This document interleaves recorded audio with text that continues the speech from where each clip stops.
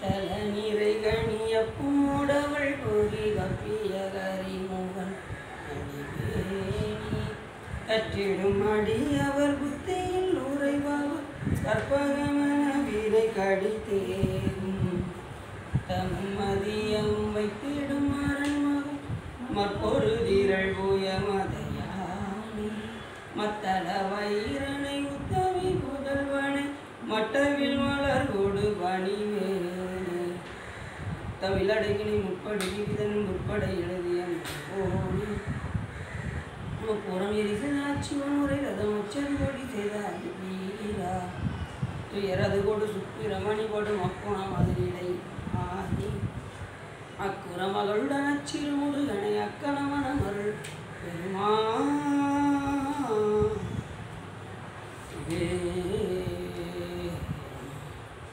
எந்தாயிஞ்சன கருள் தந்தையும் நீ சிந்தா குலமானது ஈத்தனையாள் கந்தா கதிர்வேலவனே உமையாள் மைந்தா குமரா மறைநாயகனே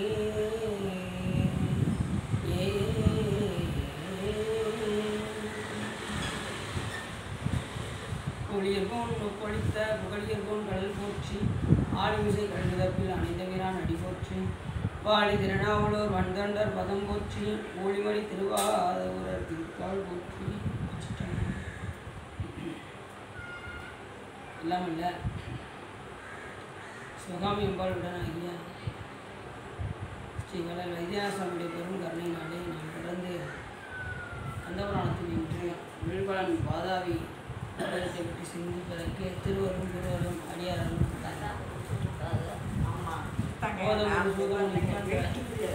கடலில் படிந்ததன் கண் கொண்டதான மேதகவான் குரல் அருந்தி மையம் வெய்ய பிறவி என்னும் வெம்மை தீர தாதவின் பூங்கொழில் காஞ்சி புகட்டிலே சலதி அமுதினை நிகழ்சன் தமிழதான காதல்மலை பொழிந்த அருட்கொண்டலான கட்சி பொழியின் பாதம் வச்சு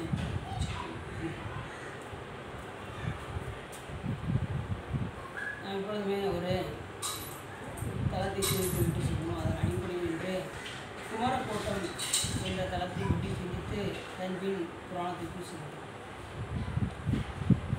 குமரக்கோட்டம் காஞ்சி மாநகரில் இருக்கின்றது. இந்த கந்த புராணம் தோன்றியது அங்குதான். கந்த புராணம் அரங்கேறியதும் அந்த தளத்தில் தான் ஏற்கனவே நம்ம பார்த்துருக்கோம். இந்த திருக்கோயில் எப்படி உருவானது என்று சொன்னால், முருகப்பெருமான் அங்கே கைலாய வழியில் வீற்றிருக்கும் போது அப்பொழுது பிரம்மா வேகமாக வந்தார். முருகப்பெருமான தரிசனம் பண்ணாமல் விறுவிறுன்னு உள்ளே போனார். சரி, வெளியே வரும்போதாவது பாப்பார் பார்த்தா வெளியே வரும்போதும் கண்டுக்கிடாமல் போனார். உடனே முருகப்பெருமான் அவரை கூப்பிட்டார். யார் என்று கேட்டார். நான் பிரம்மா, படைக்கும் பிரம்மா அப்படின்னார். படைக்கும் பிரம்மனாக இருந்தால் எதை வைத்து படிக்கிறீர்கள் என்று கேட்டார். உடனே ஓம்னு ஆரம்பிச்சாரு. உடனே முருகப்பெருமான் மட்டும் நிப்பாட்டுப்பா அப்படின்னார். இந்த ஓம் என்கின்ற பிரணவத்துக்கு ஒரு விளக்க சொல்லிட்டு நீ அதுக்கப்புறம் சொல்லிட்டு உடனே அவர் திகைத்தார். அப்படி திகைத்ததும் உடனே சுவாமி என்ன பண்ணாரு, அவரை சிறையில் அடை ஒரு கொட்டு வச்சு சிறையில் கொட்டு போட்டாலும் மோதல் கையால் கொட்டு போடணுவாங்க. அதனால் பிரம்மா முருகப்பெருமானுடைய கரத்தினால் கொட்டு வாங்கினார். அப்படி கொட்டு வாங்கினால் அவருக்கு என்ன ஆயிடுச்சுன்னா ஞானம் உண்டாயிடுச்சு. பிரம்மா சிறைச்சாலை அவருக்கு தவச்சாலையாக ஆகிடுது. எல்லாருமே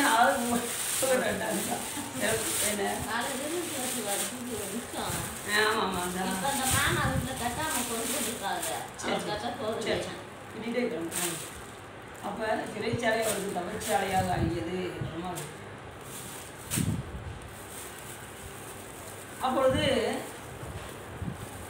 சிவபெருமானிடம் போய் முறையிட்டார்கள். சிவபெருமான் என்ன பண்ணாரு, நந்தி பெருமானை அடைத்து நீ போய் முருகனிடம் போய் சொல், நான் விழுவித்ததாக சொல் என்று சொன்னார். உடனே நந்தி பெருமான் வந்து அழைத்தார். முருகப்பெருமான் பிரம்மாவை விடவில்லை.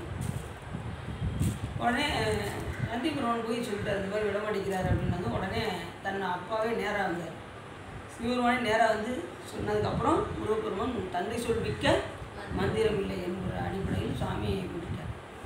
இப்போ இந்த தலை என்ன சிறப்பு அப்படின்னா, அப்படி முதல்ல நந்தி பெருமானை அழைச்சி இவர் விடலை பார்த்தீங்களா, தந்தை சொல்லி முதல்ல கேட்காம இருந்தாரா, அந்த இது நீங்குவதற்காக வந்து வழிபட்ட இடம் தான் இந்த குமரக்கோட்டை.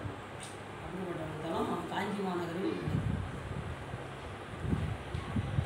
அங்கே சாமி தேவ சேனாதிபதீஸ்வரர் அப்படின்னு அங்கே ஒரு சிவலிங்கம், அந்த சிவலிங்கத்தை தான் முருகப்பெருமான் அங்கே இருந்து வழிபாடு செஞ்சார். சாமி முருகப்பெருமான் எப்படின்னா தேவ சேனாதிபதி, அவர் வழிபட்ட சிவலிங்கம் என்பதுதான் அவர் தேவ சேனாதிபதீஸ்வரர் என்று சிவபெருமான்.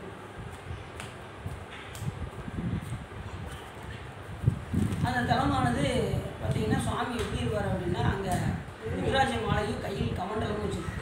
தவக்குளத்தில் இருக்கிற சுவாமி சன்னியாசியாக இருப்பாருங்க. அவ்வளோ சிறப்புடைய ஒரு கோயில். காஞ்சி மாநகரில் நமது சுவாமி சன்னதிக்கும் இங்கிட்ட காமாட்சி அம்மன் சன்னதி இருக்கும். இந்த சைடு ஏகாம்பரேஸ்வரர் இருப்பார், நடுவில் முருகப்பெருமான் குமரக்கோட்டை இருக்கும். எது போல் அப்படின்னா சோமாஸ்கந்த ஒருத்தர் பார்த்துருக்கீங்களா, இங்கே சுவாமி இருப்பார், இந்த அம்பாள் இருப்பாங்க, நடுவில் குட்டிய முருகப்பெருமான். இந்த அடிப்படையில் பார்த்தீங்கன்னா அந்த திருக்கோயில் அமைச்சு அது ஒரு சிறப்பான ஒரு அமைப்பு அந்த திருக்கோயில். அப்படி ஒரு சிறப்பான திருக்கோயில். ஒரு முறை பார்த்தீங்கன்னா திருமால் கூட மார்க்கண்டேயரிடம் வஞ்சக செய்த காரணத்தினால் அந்த பழி நீங்குவதற்காக வந்து சிவபெருமானையும் முருகப்பெருமானையும் வந்து வழிபட்ட தலமாகவும் இது விளங்குகிறது. இப்படி பல சிறப்புகள் இந்த திருக்கோயில் வழிபாடுகள் அந்த சிறப்பானது. கச்சியப்ப சிவாச்சியருக்கு ஒவ்வொரு பாடல் எழுதையிலையும் அங்கே வந்து சுவாமி திருத்தி வைத்தார்.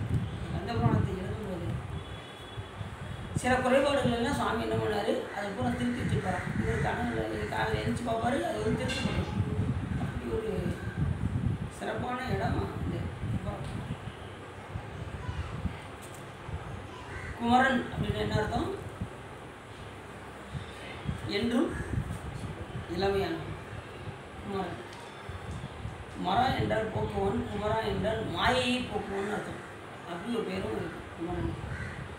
ஏன்னா நம்ம எதில் மாட்டிக்கிட்டு இருக்கோம், இந்த மாயையாகிய இந்த உலகத்தில் சிக்கி தவிர்த்து கொண்டிருக்கும். மாயை மயக்கும் செய்யும் அன்றே என்று கூட ஞானிகள் கூறியிருக்கிறார். அப்படி மாயையானது நம்மை மயக்கும். எதை பார்த்தாலும் நமக்கு அதில் அடிமையாயிரும். ஒரு பூவை பார்த்தா அடிமையாயிரும், ஒரு அழகான பெண்ணு போனால் அடிமையாயிரும், ஒரு அல்வா சூடாக போட்டுருந்தாங்கன்னா அது அடிமையாயிரும். இப்படி எதை பார்த்தாலும் அடிமையாயிரும். அதுக்கு இல்லைக்கா, இப்போ நடந்து போய்கிட்டு இருக்கோம். இப்போ எதுக்கு ஒரு ஆள் வராங்கன்னா இவன் போக வேண்டியது தானே, திடீர்னு அப்படி நோக்கம் அவங்க என்ன பண்ணுறாங்க ஏது பண்ணுறாங்க அப்படின்னு நோக்கம். அதுலேயும் சில பேர் 2 பேர் பேசிக்கிட்டு இருந்தாங்கன்னு வச்சுக்கோங்க, நம்மளை பற்றி தான் பேசுகிறாங்கன்னு அப்படி நேராக எங்கே போகும், காது நேராக அங்கே தான் போகும். நம்மளை பற்றி எதுவும் பேசுவாங்களோ அப்படின்னு போகும். அவங்க எதையும் பேசிட்டு போகிறாங்க, நம்ம மட்டும் போகலாம்ல, ஆனால் கேட்காது. சும்மா யார் என்ன பேசினாலும் நம்ம பேசுகிற அளவுக்கு நம்ம இல்லை போய் அவ்வளோதான். அதனால் நம்ம ஒன்றும் பிரச்சனை, அவங்களும் பேசுகிறா பேசிட்டு போகிறாங்க. 2 நாள் பேசுவாங்களா, நம்ம எப்படி பேசுவாங்க, ஒரு 2 நாள் பேசுவாங்க, 3ஆம் நாள் அவங்க வாட்டி போயிடுவாங்க. திருநீர் முதல்ல பூசும்போது எல்லாம் ஒரு மாதிரி பார்ப்பாங்க, என்னங்க நல்லா தானே இருந்தாங்க அப்படிமா. திருநீர் நெட்டிலே பூசிட்டு வந்தோன்னு வச்சுக்கோங்க, முன்னாடி இப்படி தாங்க பூசுவாங்க, இப்போ எதுக்கு இவ்வளோ பூசிட்டாங்க அப்படின்னாங்க. 3 நாள் அவர் சிவனடியார் ஆகிட்டாங்க, அதனால் இப்படி தாங்க பூசுவார் அப்படின்றது. உடனே 3 நாள் பேசுவாங்க, 4ஆவது நாள் அவங்க ஆட்டு அவங்க வேலையை பார்த்துக்கிட்டு இருப்பாங்க, நம்ம வேலையை பார்த்துக்கிட்டே இருக்கணும். 3 நாள் பேசுவாங்க, 4ஆவது நாள் அவங்க வேலையை பார்க்க ஆரம்பிச்சுப்பாங்க. நம்ம ஆட்டு நம்ம நெறியில் இருக்கிற நெற்றிலேயே திருநீர் பூசினா தான் முழு நீர் பூசிய முனிவருக்கும் அடியினார்ல. ஏன் அப்படின்னா முழு நீர் பூசினா தான் முழு பலன் கிடைக்கும். நீங்கள் கொஞ்ச நேரம் வச்சிங்கன்னா அவ்வளோதான் பலன் கிடைக்கும் இது அவங்களுக்கு. அப்போ முழு நீர் நெற்றி நிறைய பூசினா தான் முழு பலனும் கிடைக்கும். அதனால் இல்லாமல் முழு நீர் பூசிய முனிவருக்கும் அப்படின்னா அந்த திருநீர் பூசியில் கூட நிறைய நெறிமுறைகள்லாம் உண்டு. ஒரு ஆற்றை பார்த்து திருநீர் பூசக்கூடாது, ஒரு நெருப்பை பார்த்து திருநீர் பூசக்கூடாது, சாமி படத்தை முன்னாடி வச்சுக்கிட்டு சாமிக்கு நேரம் பூசக்கூடாது, நிறைய விஷயங்கள். அது மாதிரி ஒருத்தர் வந்து திருச்செந்தூர்லேருந்து வந்து ஐயா இந்தாங்க அப்படின்னு திருநீர் கொடுத்தாருன்னா அவர் எதுக்கு கொடுத்தாருன்னு வச்சுக்கோங்க, அவருக்கு எதுக்கு வாங்கிட்டு அவருக்கு நேரே பூசக்கூடாது, திரும்பி பூசணும், இல்லை கொஞ்சம் தள்ளி அங்கே போய் திரும்பி பூசணும். இப்படி பல சிறப்புகள் திருநீர் பூசணும். அப்படி இந்த குமரக்கோட்டமானது மாயை போக்குகின்ற குமரன் இங்கே இந்த கோட்டத்திலே விளங்கி தோன்றுகின்ற காரணத்தினால் குமரக்கோட்டம் திருக்கோயிலானது அழைக்கப்படுகிறது. எல்லாவற்றுக்கும் மேலாக கச்சியப்ப சிவாச்சாரியருக்கு ஞானத்தை நல்கிய இடம் ஒரு சுவாமிக்கு அபிஷேகம் செய்து கொண்டிருந்த அந்த சிவாச்சாரியாருக்கு முருகப்பெருமான் வந்து என்ன செய்கிறாரு, கந்த புராணம் ஏற்று என்று சொல்கின்றார் என்று சொன்னால் அந்த அவருடைய தவம் எப்படிப்பட்டதாக இருக்குன்னு யோசிப்பாங்க. கச்சியப்ப சிவாச்சாரியோட தவம் முற்பிறவிலேயே அவர் நிறைய சுவாமி வழிபாடு செய்து எதுவுமே பார்த்தீங்கன்னா தானாக ஞானம் வராது. இப்போ நல்ல பக்குவமாக இருக்காங்கன்னு வச்சுக்கோங்க அந்த பிறவியில். அப்போ என்ன காரணம் அப்படின்னா அவங்க முற்பிறவிலே நல்லா தவம் செஞ்சு நல்லா வழிபாடு செஞ்சுருக்காங்கன்னு அர்த்தம். இப்போ சிறு பிள்ளையிலே ஒரு பிள்ளை பாட்டு நல்லா பாடுதுன்னு வச்சுக்கோங்க, என்ன காரணம், அது முற்பிறவிலே நல்லா பாடி இருக்குன்னு அர்த்தம். அதனால தான் இள வயதிலே பாடல் வருது. நம்ம இளவையில் வரல, இப்போயாவது வருதான்னு பார்த்து கொஞ்சம் முயற்சி பண்ணுறோம், அது திருவருக்காக கூட்டிட்டு அதுக்கு இப்போ முயற்சி பண்ணால் அடுத்து ஒரு பிறவியில் வந்தாலும் உடனே வந்துடும். நம்ம பிறவி வேண்டாம் தான் கேட்குறோம், ஆனால் வினை உயர்த்தினால் காலைக்கிழமையிலே சொல்கிறாங்க, மீண்டும் பிறப்புண்டே உன்னை என்று அறவாமை வேண்டு நான் நடந்து வாடி அறவாணி ஆடும்போது உன் அடியங்கீழ் இருக்கு என்றாங்க. அப்படி அவங்களுக்கே ஒரு டவுட்டு, மீண்டும் பிறப்பு உண்டே அப்படின்னு ஒரு வார்த்தை போட்டாங்க. அப்போ நம்மளாம் ஏமாத்துறோம், நம்ம எத்தனை வினைகளை எங்கெங்கே எந்தெந்த மூலையில் எத்தனை கோடி பிறவியில் எங்கெங்கே சேர்த்து வச்சுருக்கோமோ, ஒரு தாய் இரு தாய் பல கோடிய தாயின்னு கல்லைநாத பெருமான் சொல்கிறது இணங்க நம்ம எப்படி இருக்கோம் நம்ம அப்படிப்பட்ட நிலையில் இந்த கந்தகோட்டமானது குமரக்கோட்டமானது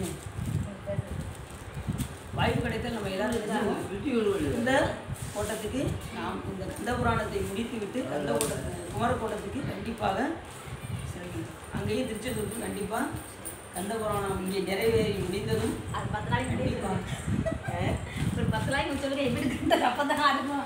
அவன் கண்ணில் இருக்காங்க பெரிய வாடு. காஞ்சிபுரத்துக்குள்ளே ஒரு சுற்றிட்டு குமரக்கோட்டத்தை பார்த்துட்டு தான் நம்ம வரோம். ஒரு 2 நாள் எல்லாத்தையும் மூட்டை கட்டி வச்சுட்டு கண்டிப்பாக அந்த தளத்துக்காக நம்ம போவோம். அரகரா சரிங்களா? ஒரு நல்ல செய்தி சொல்லும்போது அரகரான்றோம். அரகரா என்ன அரிய தொழிலை அரகரை என்ன அறிவிலருமாங்க அரகரை என்ன அமரரும் ஆவர் அரகரை என்ன அரும்பிறப்பண்டு. சரி, இப்போ நம்ம புராணத்துக்குள்ள போயிடுவோமா? வில்வலன் வாதாவி படம் சூரபத்மன் முதலிய வருடன் பிறந்தவள் அசமுகி.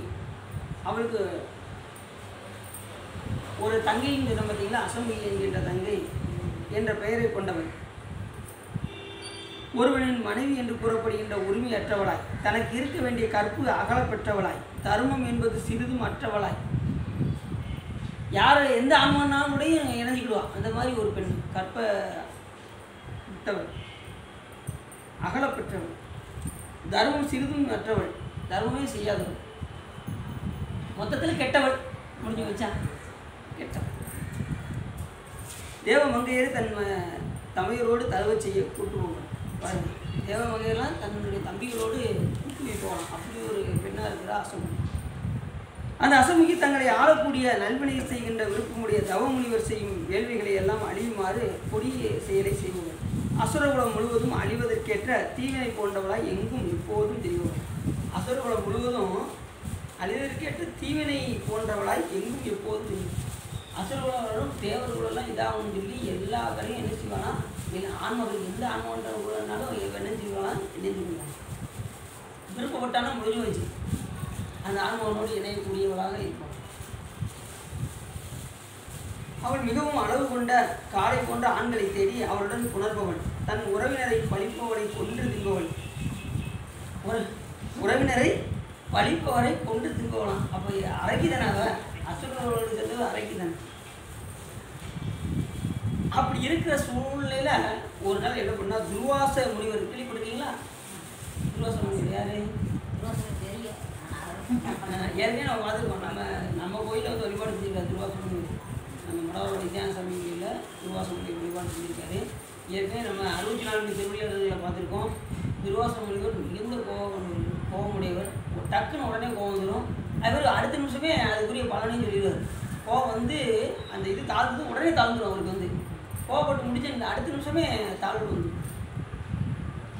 அப்படி துர்வாச முனிவர் ஒரு முறை பார்த்தீங்கன்னா அப்படியே வழிபாடு செய்து வந்து அந்த மலரை கொண்டு வந்து இந்திரன் யானை மேல் அந்த ஐராவத யானை மேல் வந்தான்.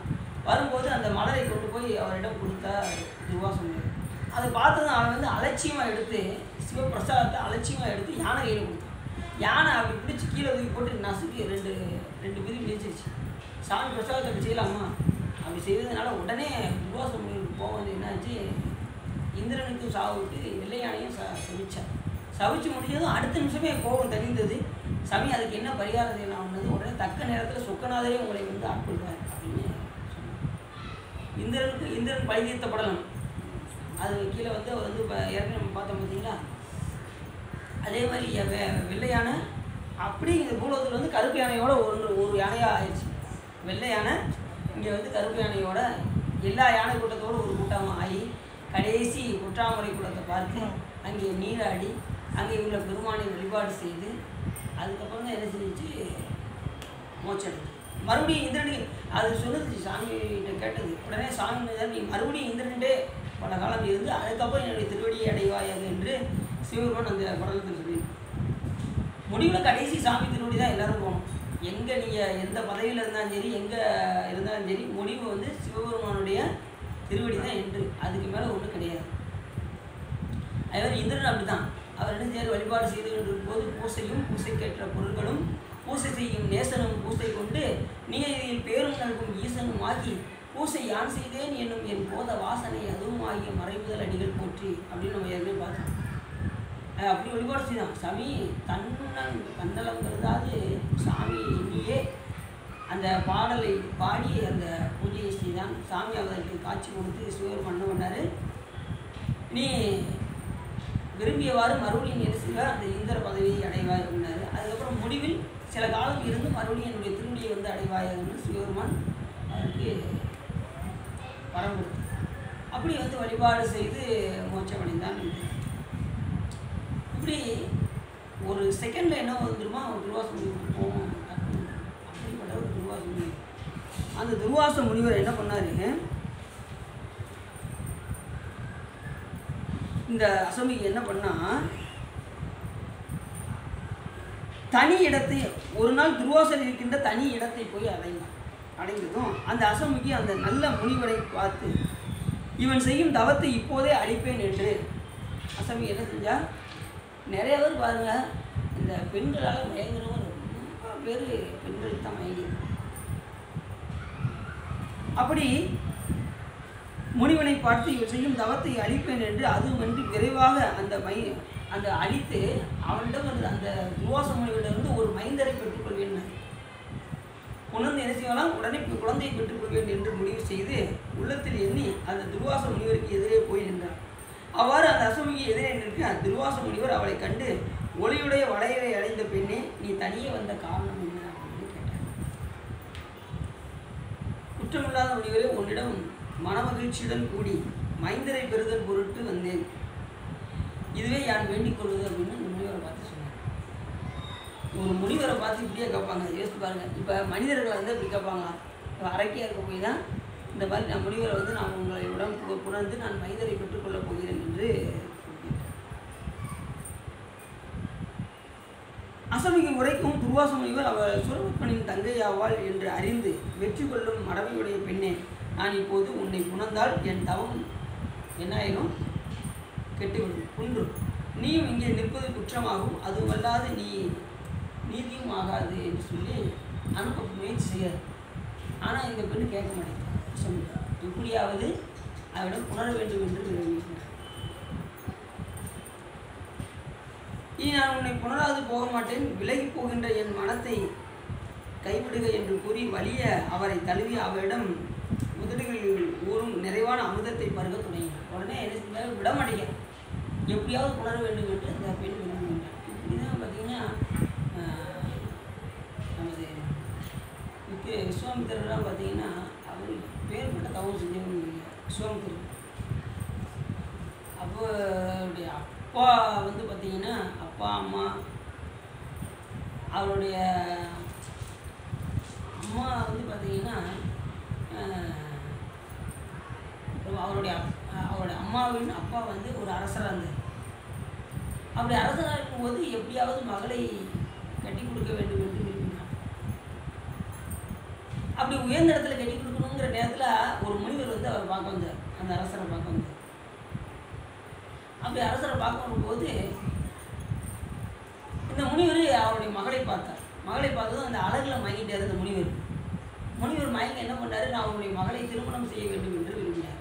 உடனே அந்த அரசன் யோசித்தான், ஏன்னா நம்ம ஒரு உயர்ந்த இடத்துல கொடுக்கலாம் பார்த்தா இந்த முனிவர் வந்து இப்படி பெண்ணை கேட்குறாரு, என்ன சொல்லி சமாளிக்கலாம் அப்படின்னு சொல்லி முயற்சி பண்ணி, வேறு ஒன்றும் இல்லை முனிவரே, நீங்கள் வேறு ஒன்றும் செய்ய வேண்டாம், என் மகளை நீங்கள் திருமணம் முடிப்பதாக இருந்தால் ஒரு காது மட்டும் கருப்பாக இருக்கணும், மற்ற உடம்பெல்லாம் வெள்ளையாக இருக்கணும், அப்படிப்பட்ட ஒரு 1000 குதிரைகளை கொண்டு வந்து என் முன்னாடி நிப்பாட்டினா போதும், நான் என்னுடைய மகளை உங்களுக்கு கொடுக்கின்றேன் என்று சொன்னார்.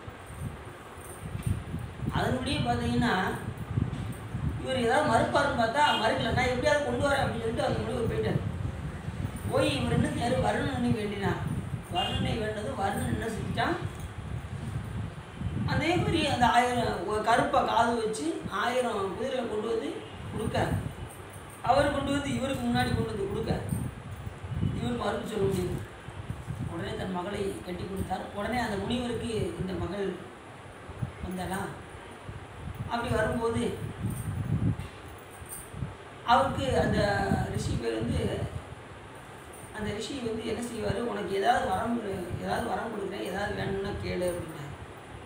உடனே வரம் தானே அப்படின்ட்டு உடனே இவர் என்ன செஞ்சா, தன்னுடைய தாயை போய் பார்ப்போம் அப்படின்னு சொல்லி அந்த தாயை போய் பார்த்தான். அந்த தாய் என்ன சொன்னா, எனக்கும் ஒரு மகன் வேண்டும் அப்படின்னு கேட்டார். இப்போ இவளுக்கு தான் மகன் வேணும்னா அவள் தாய்க்கு ஒரு மகன் வேணும் அப்படிங்கிறா. அப்படியே அதே வந்து அந்த முனிவர்கிட்ட வந்து சொன்னான். உடனே இது உனக்கு இன்னொரு உணவு கொடுத்தாரு, இதை வந்து நீ உட்கொள்ளு, இது வந்து உங்கள் அம்மாவிடம் கொடு அப்படின்னு சொல்லி அந்த முனிவர் சொன்னார். மாற்றி உண்ணக்கூடாது, 2 பேரும் இந்த மாதிரி உணவு உட்கொள்ளுங்க அப்படின்னு சொல்லி சொன்னார். 2 பேருக்கும் ஒரு மரத்தை கொடுத்து, நீங்கள் இந்த மரத்தை சுற்றி வாங்க அப்படின்னாரு. நீ அத்தி மரத்தை சுற்றி, நீ அரச மரத்தை சுற்றின்னு சொல்லி 2 பேருக்கும் கட்டளையிட்டார். அதுபடி இவங்க வந்து அந்த மரத்தை கொண்டு வந்து கொடுத்தார், தன் தாயிடம் வந்து கொடுத்தார். அப்படி கொடுக்கும்போது இந்த அம்மா வந்து என்ன சொன்னால், அவருக்கு உனக்கு கொடுத்தா கொஞ்சம் உயர்ந்ததாக தான் கொடுப்பாரு, நம்ம 2 பேரும் என்ன செய்வோம், மாற்றி சாப்பிடுவோம் அப்படின்னு சொல்லி 2 பேரும் என்ன செஞ்சிட்டாங்க, மருந்தை மாற்றி சாப்பிட்டாங்க.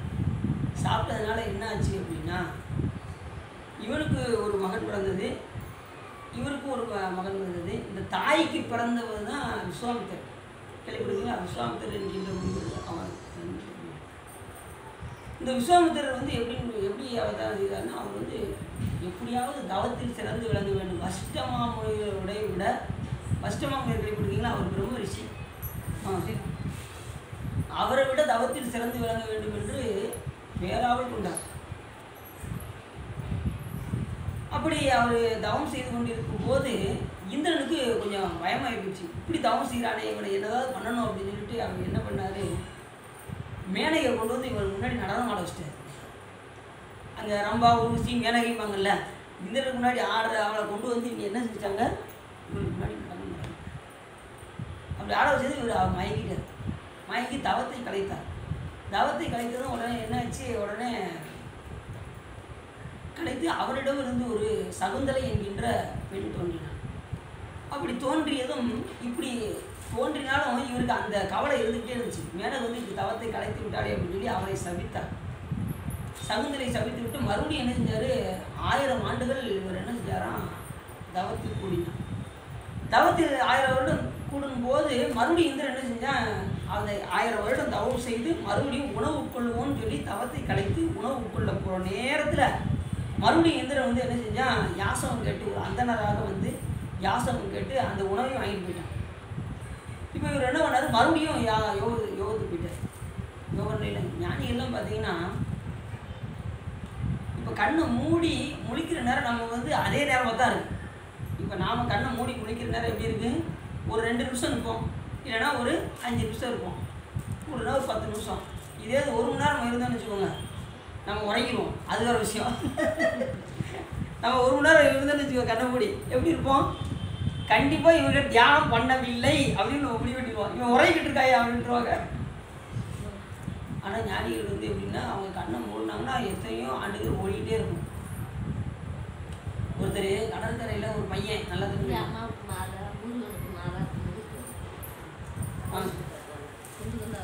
கடற்கரையில் ஒரு பையன் கடற்கரையில் ஒரு பையன் வந்து தியானம் செஞ்சான். விளையாட்டாக போய் எல்லாரும் விளையாண்டுக்கிட்டு இருந்திருக்காங்க. விளையாண்டுட்டு இருக்கும்போது இந்த பையன் என்ன பண்ணியிருக்கான், அவனுக்கு சிறு வயதுலேருந்து தியானம் செய்ய வேண்டும் என்கின்ற ஒரு விருப்பம். அதுபடி அந்த கடற்கரை ஓரத்தில் உட்காந்து இவங்க எல்லாம் விளையாண்டுக்கிட்டு இருந்திருக்காங்க. நான் ஒரு 5 நிமிஷம் தியானம் பண்ணுறேன் அப்படின்னா அப்படி உட்காந்த பையன் எத்தனையோ ஆண்டுகள் ஓடிச்சான். இந்த மாதிரி விளையாடுற பையன் எக்கச்சக்கமானவர், எத்தனை யுகம் போயிடுச்சு தெரியல, அத்தனை ஆண்டு உட்காந்துட்டான் பார்த்துக்கோங்க அந்த பையன். அந்த அளவுக்கு சிவத்தோடு ஓடியிருக்கான். கடைசி கண்ணை திறந்து பார்த்து அவனுக்குள்ள பார்த்தா வேற ஏதோ பையன் விளையாண்டுக்கிட்டு இருந்திருக்காங்க. நீ அவனோட ஒருத்தர் பேரையும் சொல்லி நீயான்னு கேட்குறான். இல்லைப்பா நீங்கள் எந்த ஆண்டை சொல்கிறீங்க, நீங்கள் எத்தனாவது வருஷம் அப்படின்னு கேட்டாங்களா? 300 வருஷத்துக்கு முன்னாடி உள்ளது. அவன் அந்த ஆண்டை சொன்னான், இது அந்த ஆண்டு தானே அப்படின்னா. இல்லை இந்த ஆண்டு 300 வருடம் கழிச்சு அந்த ஆண்டை சொன்னாங்க. அவன் தியானத்தில் உட்காந்து எத்தனை நாள் ஆச்சு? 300 ஆண்டு கழிச்சு அப்படின்னு வெயில் வாழ்ந்துட்டானா. இன்னும் கொஞ்சம் ஒன்றி தானே சிவபெருமான் திருவடியே அடைஞ்சிருப்பான். அந்த அளவுக்கு அவன் வந்து வெயில் மறந்துக்குள்ளே போயிருப்பாங்க. அதனால் கண்ணை மூடிட்டு சில பேருக்கு வந்து ஞானிகளுக்கு சிவத்தோடு ஒன்றுபட்டால் நமக்கு வந்து ஆண்டுகள் தெரியாது. ஓங்கி ஒடுங்கி நிலை பெற்ற உத்தமர் உள்ளம் அங்கு நவனம் அங்கு இல்லை, இராப்பகல் இல்லை அப்படின்னு கூட திருமதியான என்ன சொல்லுவார். அவங்களுக்கு இரவு தெரியாது, பகல் தெரியாது, நேரம் தெரியாது. நமக்கு 8:30 மணி ஆயிடுச்சுன்னா இன்னைக்கு சீரியல் போட்டுருவாங்களே அப்படிங்கிற நேரம் தெரியுது. நமக்கு 9 மணி ஆயிடுச்சுன்னா ஏதாவது சீரியல் போட்டுருவாங்கன்னு நமக்கு தெரியுது. 10:30 மணி இந்த பார்த்தீங்கன்னா 10:30 மணிக்கு மேலே தான் இங்கே சட்னியாக அரைப்போம் அப்படின்னு ரெடியாக இருக்காங்க. 10:30 மணிக்கு தான் சமையல் கிடைக்கும். அப்படி ஞானிகளுக்கு வந்து என்ன தெரியாது, ஆண்டுகள் தெரியாது, இரவு தெரியாது, பகல் தெரியாது. அப்படி தான் இருந்தார் மாணிக்கவாசக பெருமான். அப்படி தான் வழிபாடு பண்ணாராம். அவர் இரவு பகல் அற்ற இடத்துல தான் சுவாமி பார்த்தாரு. இரவு பகல் இது அற்ற இடத்துல தான் சுவாமி இருப்பார். இரவு இருக்காது, அங்கே பகல் இருக்காது. அப்படிப்பட்ட இடம் அது சிவபெருமானை பார்க்கக்கூடிய இடம் வந்து இரவு பகல் அற்ற இடம்.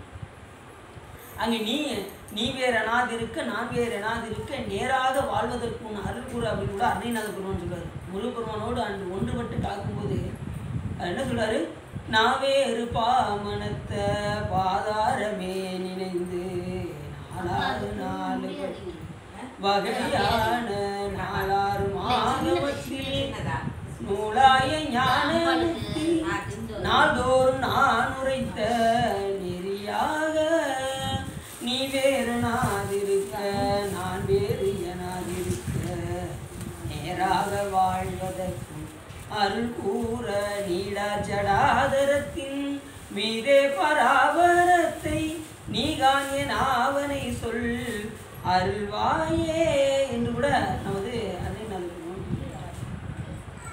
அப்படி நீ வேறு எனாதிருக்க நான் வேறு எனாதிருக்க நேராக வாழ்வதற்கும் அருள் கூற அப்படிங்கிற சாமி சொல்றார். அப்போ இரவு பகல் அற்ற இடத்துல தான் இறைவனை நம்ம என்ன செய்ய முடியும், பார்க்க முடியும். அது எப்படின்னா இறைவனோடு ஒன்றுபட்டு இருக்கும்போது தான் பார்க்க முடியும். மற்ற நேரத்தில் நம்ம என்ன செய்ய முடியாது, இறைவனை நாம் பார்க்க முடியாது. அதுக்கு அடிப்படை என்ன செய்யணும், தவம் செய்யணும். தவம் செய்தால் தான் சிவம் வரும். தவம் செய்யலைன்னா சிவம் வராது. அதுக்கு சரீகிரி யோகம்லாம் பண்ணணும். சரி என்பது இறைவனுக்கு ஏற்கனவே சொல்லியிருக்கேன், உடலால் செய்யக்கூடிய தொண்டு, கிரி என்பது வாக்கால் செய்யக்கூடிய தொண்டு, யோகம் என்பது மனதால் நினைக்கக்கூடிய தொண்டு. இது 3 முற்றுப்பெற்றால் கிடைப்பது. இதுதான் இறைவனை அடைவிக்கக்கூடிய வழிமுறைகள். இந்த வழிமுறையை நாம் கடைபிடித்தால் தான் நாம் என்ன செய்ய முடியும், சிவத்தை சார முடியும். அப்போ மனம் ஒன்ற வேண்டும் என்று சொன்னால், எந்த ஒரு காரியத்தையும் மனம் ஒன்றி செய்தீர்கள் என்று சொன்னால் நமக்கு என்ன கிடைக்கும், எல்லாம் கிடைக்கும். ஒன்றி இருந்து நீங்கள் ஊனமேல் ஒன்றி சிவபெருமான் நம்மகிட்ட பேசுவார். ஒன்றி இருந்தோம்னா இறைவன் நம்மகிட்ட ஒரு நெறிய மனம் வைத்து உணர் ஞான சம்பந்தர் உரை செய்த திருநெறிய தமிழ் தொழில்வினை தீர்தல் எளிதாமை அப்படின்னு கூட ஞான சம்பந்தர். இப்படி நாங்கள் ஒன்றி இருந்து என்ன செய்யணும், இறைவனை அப்போ ஆண்டு தெரியாது, எதுவுமே தெரியாது. இப்போ நம்ம இருந்தோம்னு வச்சுக்கோங்க, இப்போ வீட்டில் போய் நான் தியானம் செய்ய போகிறேன், சாப்பாடெல்லாம் எல்லாம் ரெடியாக எடுத்து வச்சுருக்கேன், எல்லாம் எடுத்து சாப்பிட்டு ஒழுங்க உறங்குங்க அப்படின்ட்டு நம்ம செஞ்சோன்னு வச்சுக்கோங்க, என்ன செய்வாங்க? வர வர பக்தி பிடிச்சோ அப்படிம்பாங்க. அதான் சொல்லுவாங்க நம்ம வீட்டில், பக்தி முக்தி வச்சு போடுங்க. இனிமேல் அம்மாட்ட எதுவும் கேட்டுறாதீங்களா அப்படிமா அப்படின்னு சொல்லுவாங்க வீட்டில். அப்படி என்ன சொல்கிறேன்னா, நீங்கள் அரை நிமிஷம் இன்னைக்காலும் இறைவனே ஆனால் ஒன்று அரை நிமிஷம். இப்போ தண்ணி குடிக்கிறீங்கன்னு வச்சுக்கோங்க. தண்ணி குடிக்கும்போது என்ன நினைக்க, சிவத்தை நினைச்சு அப்படி அதில் வச்சுக்கோங்க. அப்படியே சாமிக்கு அப்படியே அபிஷேகமாக போகும். இருதய கமலத்தில் இருக்கக்கூடிய சுவாமி எப்படி இருப்பார், அங்கே அபிஷேகமாக தண்ணியை குடிக்கும்போது அப்படியே அபிஷேகம் ஆகிற மாதிரி கவனம். இங்கே உணவு உட்கொள்ளும்போது சாமிக்கு நைவேத்தியமாக போகிற மாதிரி கவனம் பண்ணும். இப்படி ஒவ்வொன்றையும் நாம் என்ன செய்யணும், இந்த மெடிடேஷன் சொல்லுவாங்கள்ல, அந்த மாதிரி இதுதான் உண்மையான தியானம். நம்ம இல்லறத்தில் இருந்து கொண்டே தியானம் செய்யணும். சொற்பொழிவில் சொல்லியிருக்காங்க, மெடிடேஷன் ஒன்றா சொல்லியிருக்காங்க, தியானம் ஒன்று சொல்லியிருக்காங்க. நான் எல்லாத்தையும் வெறுத்து நான் காட்டில் போய் தவம் செய்ய போறேன்ட்டு போனேன்னு வச்சுக்கோங்க, என்ன ஆகும், அதை கந்தலாயிரும். நேராக என்னைய ஏன்ட்ட வருவாங்க, சொற்பொழி பேசுறவங்க யார் அப்படிம்பாங்க. இப்படிலாம் அவரை சொல்லி கொடுத்துக்கிட்டு நீ அப்படின்னு என்ன செய்வாங்க, நம்மளை வந்து சத்து போடுவாங்க. அப்படின்னா நம்ம இல்லறத்தில் இருந்து கொண்டே நம்ம என்ன செய்யணும், இறைவனை தியானம் செய்யணும். சரண கமலாலயத்தை அரை நிமிஷ நேரமட்டில் தவமுறை தியானம் வைக்க அறியாத சடக சட மூட மட்டி பவவிரையிலே சனித்த தமியன் விடியாள் மயக்கம் உருவேனோ அப்படின்னு கூட நம்ம வந்து அரை நிமிஷம் தியானம் பண்ணுறதுக்கே நம்ம என்ன செய்கிறோம், அழுகுறோம். சொல்ல போனால் அழுகுறோம். அரை நிமிஷமா பத்தாது அப்படிங்கும். எத்தனையோ பேர் எவ்வளவோ நேரம் பார்த்தீங்கன்னா உட்காந்து தியானம் பண்ணுறாங்க. அது உண்மை தியானமாக என்னென்னு நிறைய பேர் கோயில் பார்த்தீங்கன்னா ரொம்ப நேரம் உட்காந்துருக்காங்க. அது உண்மையாகவும் இருக்கலாம், சில பேர் கடமைக்காக வந்து உட்காந்துன்னு இருக்கலாம். ஆனால் யாருக்கு தெரியும் அப்படின்னா, நீங்கள் உண்மையாக தியானம் பண்ணுறீங்க, உண்மையாக வழிபாடு செய்கிறீங்கிறது யாருக்கு தெரியும்? சிவருமானுக்கு தான். அது யாருக்கு தெரியாது. நீங்கள் உண்மையாக கோயிலுக்கு வரீங்களா, இல்லை ஏதோ வீட்டில் போர் அடிக்கிறதுக்காக இங்கே வரீங்களா அப்படிங்கிறது யாருக்கு தெரியும்? சிவன். வீட்டில் இந்த பயலை தொல்லை தாங்க முடியல, இந்த கோயிலுக்காக வந்துட்டு போயிடுவேன்னு வந்தேன் அப்படின்னு இல்லாமல் அப்படின்னு கூட எப்படி இருக்கணும், உண்மையான அன்போடு இந்த உடம்பை நமக்கு நமக்கு கொடுத்து இருக்கின்றாரே அப்படின்னு உண்மை உணர்வோடு வந்து என்ன செய்யணும், சாமி கஷ்டம்லாம் தீரட்டும் அப்படின்னு வந்து வழிபாடு பண்ணாலும் பண்ணலாம். அப்படி தான் முதல்ல உயிர் வரும், கஷ்டம் தீரணும்னு வரும். அதுக்கப்புறம் சிவன் பண்ணணும் தெரியுமா, காந்த கொண்ட பசாசத்தவையே அப்படிம்பாரு சித்தியார். அப்படி காந்தம் போன்று நம்ம வந்து இரும்பு, சாமி வந்து காந்தம். பக்கத்தில் போனாலே அவர் பிடிச்சி இழுத்துருவார். நீங்கள் பக்கத்தில் நெருங்க தான் செய்யணும். அந்த நெருங்குவதுக்காக முயற்சி வேணுமா வேண்டாமா? இப்போ சாமி பக்கத்தில் போகிறதுக்கு என்னுடைய முயற்சி, இந்த பூ தொண்டெலாம் செய்கிறீங்க பார்த்தீங்களா, இந்த தொண்டு செஞ்சாலே சிவன் என்ன பண்ணுவார், உங்களை ஈர்த்துருவார். ஈர்த்தி என்னை ஆட்கொண்ட எந்த பெருமான் கூட்டமை ஞானத்தால் கொண்டுணர்வார் தம் கருத்து நோக்கரிய நோக்கே நுணுக்கரிய உணர்வு, நோக்கரிய நோக்கே நுணுக்கரிய நுண் உணர்வு. இந்த சூரிய ஒளி படம் பார்த்துருக்கீங்களா, ஒரு சின்ன ஓட்டையில் சூரிய ஒளி பட்டால் என்ன ஆகும், அதில் எத்தனையோ துகள் வரும் பார்த்துருக்கீங்களா, அந்த ஓட்டையிலையும் எத்தனையோ துகள் வரும், அதில் ஒரு துளிக்கும் துளியாக இருப்பானா சாமி வந்து நுணுக்கரிய நுண் உணர்வு அப்படிம்பாரு. அது நீங்கள் எந்த பெரிய பருப்பொருள்களை பார்த்தாலும் சாமி பொருளாக இருப்பார். எந்த நுண்ணிய பொருளை நீங்கள் எடுத்துனாலும், அணு எடுத்துட்டாலும் அந்த அணுவுக்கும் அணுவாக சாமி நுண்ணிய பொருளாக இருப்பார். அதை சாமி இது சொல்வார், யார் அறிவார் எங்கள் அண்ணன் பெருமை, திருமண சொல்வார், ஆறறிவார் எங்கள் அண்ணன் பெருமை, ஆறறிவார் இந்த அகலம் நீளம் பேரறியாத பெருஞ்சுடர் ஒன்று அதன் வேறறியாமை விளங்குகின்றேனே அப்படின்னு கூட நம்ம திரும்ப சொல்லுவோம். அந்த அகலத்தையும் நீளத்தை நம்ம அளக்க முடியுமா? அந்த பேரறியாத பெருஞ்சுடரை நம்ம அறிவை கொண்டு அறிய முடியுமா? அது அறியக்கூடிய பொருள். அது சிவபெருமான் எப்படிப்பட்ட பொருள், நாம் அறியக்கூடிய பொருளா இல்லை, இறைவனை நாம் அனுபவிக்கக்கூடிய பொருள்.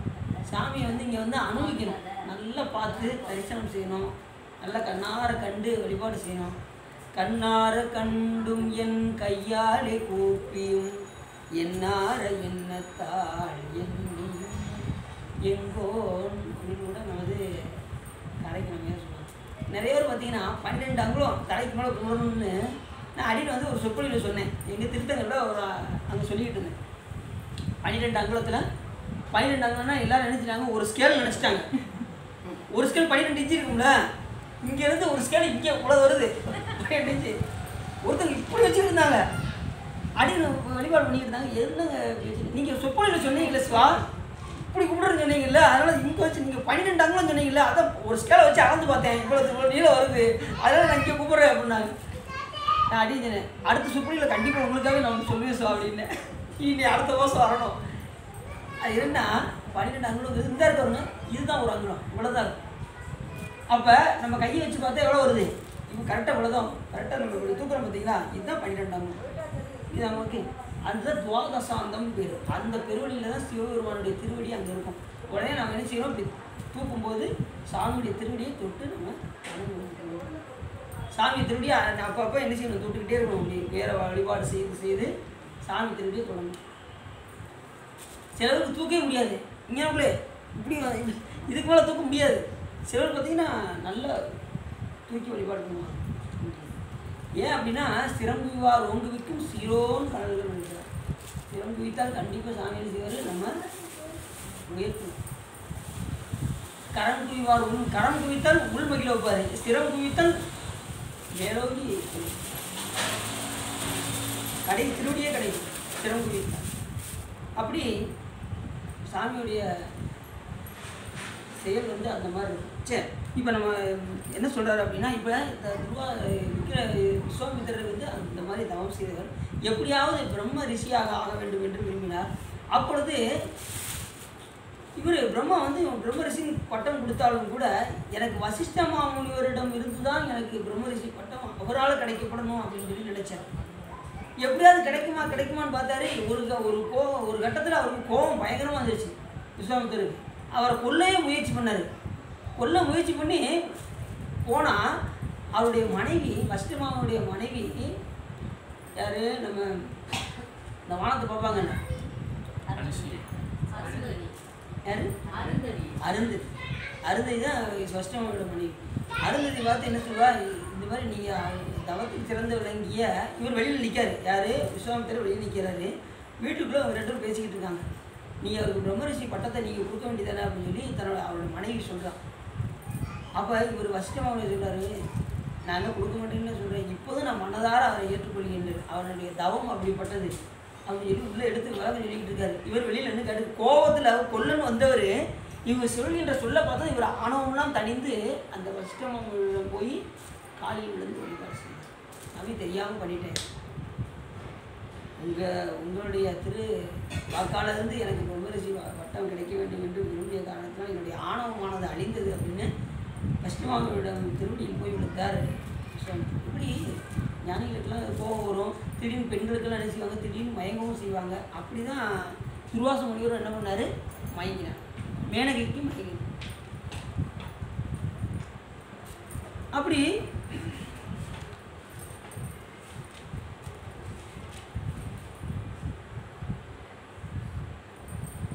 துர்வாச முனிவரை தங்கையானவள்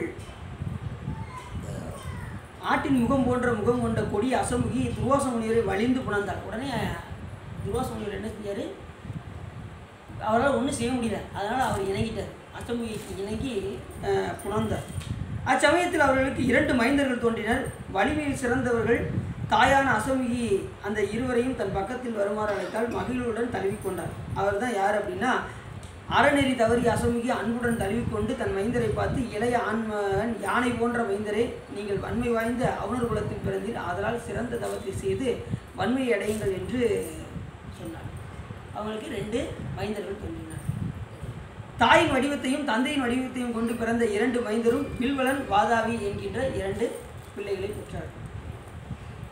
தாயினுடைய வடிவத்தை ஒருவனும் தந்தையுடைய வடிவத்தையும், தந்தை எப்படி இருக்காரு, முனிவராக இருக்காரு, தாய் எப்படி இருக்கா, அரக்கியாக இருக்கா. அப்போ இந்த இருவரும் 2 வகையாக பிறக்கின்றனர். தன் தாயின் சொல்லை தலைமையில் கொண்டு தூய தந்தையின் 2 அடிகளையும் வணங்கினார். இதில் வாதாவிதான் தாய் வடிவமாக தோன்றினாராம், வில்வலன் தான் தந்தை வடிவமாக தோன்றினார். எழுகின்ற சீன தீயையுடைய துர்வாச முனிவர் தன் அடிகளை வணங்குகின்ற ஆற்றல் மிக்க மைந்தரை எதிர்பார்த்து உங்களுக்கு வேண்டிய பொருள் யாது என்று வினவினார். அசைவு பெற்ற அந்த மைந்தர் தவத்தை எல்லாம் நாங்கள் பெற்றுக்கொள்ளுமாறு அருள் செய்க அப்படின்னு கேட்டாங்க. இது ரொம்ப முக்கியமானது.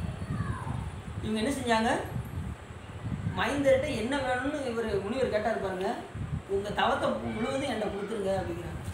இப்போ இந்த தவத்தை முழுவதையும் கேட்டால் என்ன ஆகும்? இவ்வளோ நாள் செய்த தவம்லாம் என்ன ஆயிரும்? துர்வாச முனிவர் கொஞ்சம் நெஞ்ச தவமாக செஞ்சுருக்காரு. சாமி அந்த அளவுக்கு அவர் நினைச்சாங்க சுவாமி வந்து அவர் காட்சி கொடுப்பார். அப்படிப்பட்ட தவமுடையவர் நினைச்ச நேரத்தில் மறையக்கூடிய தன்மை அவருக்கு உண்டு. துர்வாச முனிவருக்கு அந்த அளவுக்கு வலிமை பெற்றவர் துர்வாச முனிவர். இந்த தவத்தை அவர் செய்வதற்கு எத்தனை கோடி வருடங்கள் அவர் தவம் செஞ்சிருப்பார். யோசிச்சு பாருங்க. ஒரு பிறவி 2 பிறவியில் வந்தது கிடையாது, பல கோடி பிறவிகள் சேர்த்து வைக்க அந்த தவம். இது எது போல் அப்படின்னா நல்லா தெரிஞ்சுக்கோங்க. சூரிய ஒளி, சூரியன் இருக்கு, அது பட்ட மணல் இருக்குது பார்த்தீங்களா? இப்போ கடற்கரை பக்கத்தில் மணலில் போய் நீங்கள் நெல்லுங்க. சூரிய ஒளி பட்டதுன்னா இந்த கடற்கரை மணலில் நிற்க முடியுமா? முடியாது. ஏன் முடியாது? சுடும். ஆனால் சூரிய ஒளி பட்டால் நீங்கள் நீ வாட்டு நிற்கீங்க, அது ஒளி தான். ஆனால் அந்த ஒளி பட்டால் நீங்கள் தைரியமாக நிற்கீங்க. ஆனால் சூரிய ஒளி பட்ட அந்த மணலில் நின்னா உங்களால் என்ன செய்ய முடியல, வெப்பம் தாங்க முடியல. என்ன காரணம்? அப்போ அந்த அளவுக்கு அது ஒளியை வாங்கி வச்சிருக்கு. அதுபோல் இறைவனுடைய அருளை வாங்கி அந்த மணல் போல் யார் வச்சுருக்கா? துர்வாச முனிவர் வச்சுருக்கா. இப்போ அத்தனை அருளை கொடுத்தாச்சுன்னா இவருக்கு என்ன ஆயிரும்? மைனஸ் ஆயிரும். அப்போ என்ன செஞ்சார்? இவர் யோசிச்சார் துர்வாச முனிவர். இப்படி தான் அடியார்கள் வணக்கம். அப்படி தான் இறைவனிடமிருந்து அருளை வாங்கி என்ன செஞ்சுருப்பாங்க. நாளைக்கு ஒரு இடத்துல செப்படி பேச போகிறேன். அங்கே இந்த கான்செப்ட் தான் சித்தர்கள் காட்டிய வழின்னு அப்படின்னு பேச போகிறேன். அதில் வந்து எப்படி பேச வைக்க போகிறான்னு அப்படின்னு தெரியல. நாளைக்கு போனால் தான் தெரியும். சாமி உள்ளேருந்து என்ன பேச வைக்க போகிறான்னு தெரில.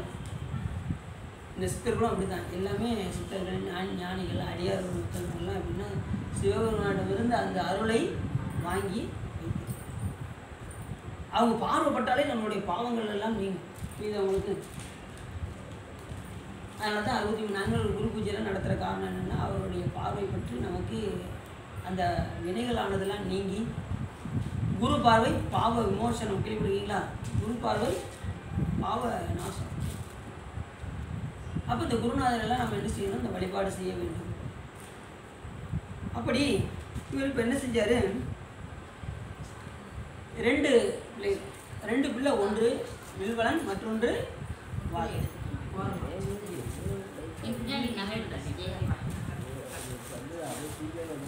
இந்த குருநாதர் எப்படி இருப்பாங்க அப்படின்னா, இவங்க வந்து பல்வேறு பிறவிகள் அந்த தவத்தை சேர்த்து வைத்திருக்குங்களா? இந்த தவமானது எப்படின்னா ஒவ்வொரு பிறவியையும் கொஞ்சம் கொஞ்சமாக இந்த மாதிரி சில தொண்டுகளாக செஞ்சு, அப்புறம் கொஞ்சம் அதை விட கூடிய தொண்டு சிவபூஜை செய்து, அதுக்கப்புறம் மனதினால் தியானித்து மனதை ஒருநிலைப்படுத்தி இந்த மாதிரி தியானித்து இந்த தவத்தையெல்லாம் செய்து தான் அவங்க என்ன செஞ்சுருக்காங்க? அந்த அருளை வாங்கி வைத்திருக்கின்றார்.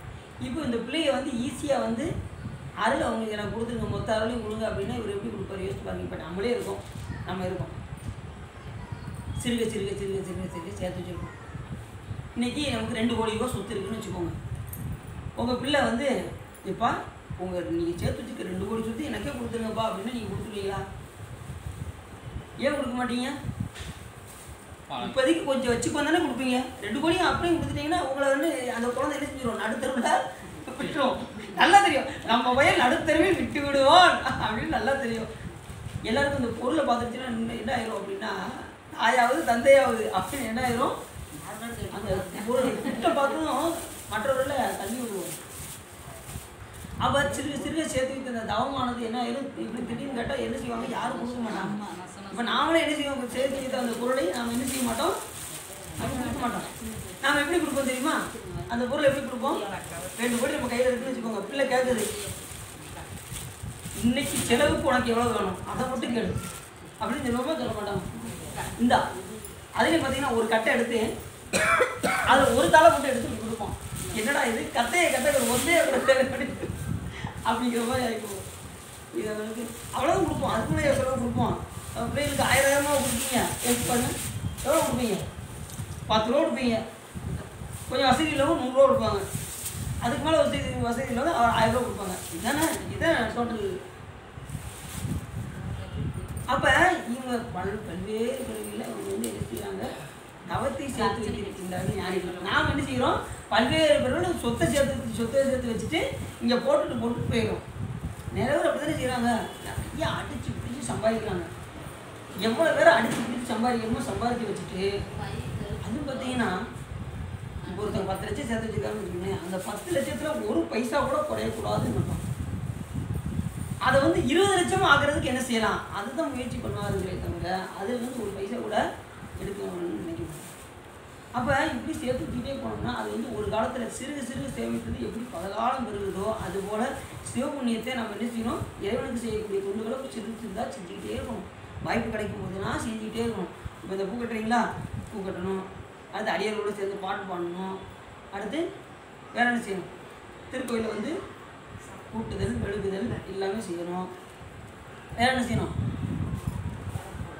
விளக்கு போடணும். வேற என்ன தொண்டு இருக்கும், ஒவ்வொருத்தராக சொல்லுங்க வைப்போம் தொண்டுகளை.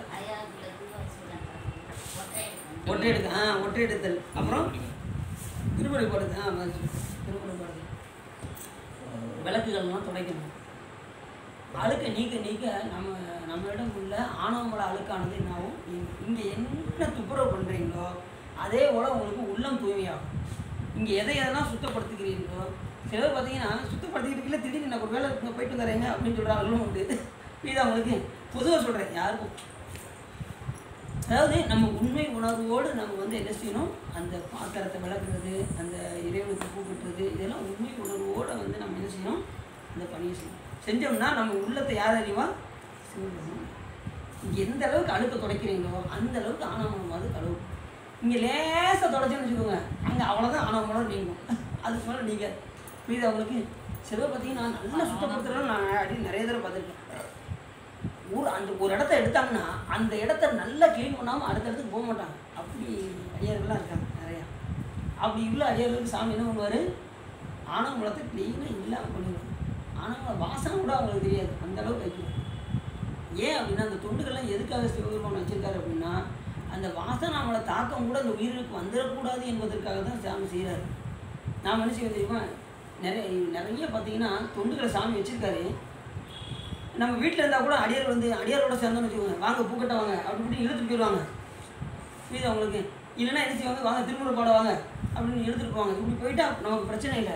வீட்டில் இருந்தாலும் என்ன ஆகும், நமக்கு வினை ஏறிக்கிட்டே இருக்கும். இந்த மாதிரி அடியாரோட சேர்ந்தோம்னா அங்கங்கே போக வழிபாடு செய்ய இப்படி நம்மளுடைய காலம் வந்து இப்படி ஓடிடும். நம்ம வந்து என்ன செய்வோம், அதை வந்து நம்ம தப்பிச்சுக்கணும். இல்லைன்னு வச்சுக்கோங்களேன், வினைகளானது என்ன ஆகும், ஏறிக்கிட்டே போகும். எந்த நேரத்தில் ஏறுன்னு சொல்ல முடியாது. அப்போ இருக்கும்போதே நம்ம என்ன செய்யணும், இந்த வழிபாடெல்லாம் செஞ்சு வச்சுக்கிட்டே வந்துன்னு வச்சுக்கோங்க, அங்கே புண்ணிய கணக்கில் ஏறிக்கிட்டே இருக்கும். அதுவும் செய்யும் போது யான் செய்தேன் என்கின்ற எண்ணம் இல்லாமல் செய்யணும். அதுதான் ரொம்ப முக்கியம். இது அவங்களுக்கு செய்யும்போது எப்படி செய்யணும், பெருமானே அடியேன் செய்ய வேண்டும், இந்த செயலெல்லாம் என்ன செய்யற நீ தான் என்னுள் இருந்து செய்ய வைக்கின்றாய் என்கின்ற உணர்வு.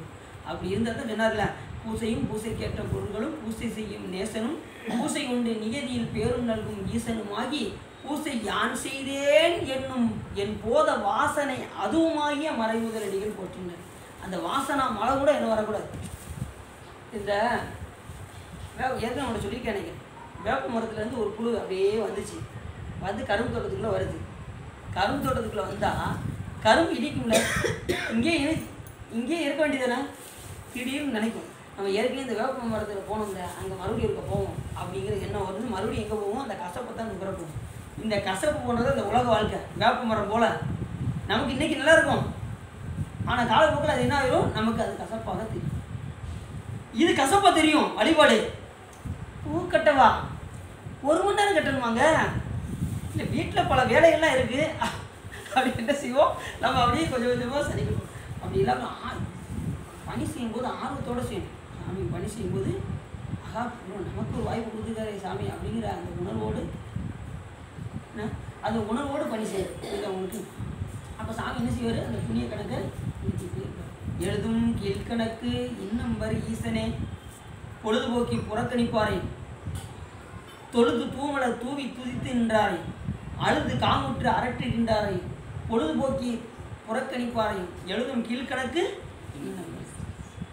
வெட்டியாக பொழுதுபோக்குறாங்கல்ல, அவங்களோட சிவபெருமான் பார்த்துக்கிட்டே தான் இருக்காரு. நீ எவ்வளவு பொழுதுபோக்கணும் போக்கியா, உன்னை நான் அங்கே வச்சு பார்த்துக்கிறேன் பாரு. எங்கே மேலே வச்சு பசக்கிறேன். அது மாதிரி தூய்மை தொண்டு செய்தா ஆச்சு நல்ல இடத்துல வச்சாங்க. எங்க நல்ல இடம் எதுன்னு சொல்லுவோம், திருவடி. திருவடிக்கு மேலே ஒரு இடமே கிடையாது, தேசி திருவடி தான் எழுது.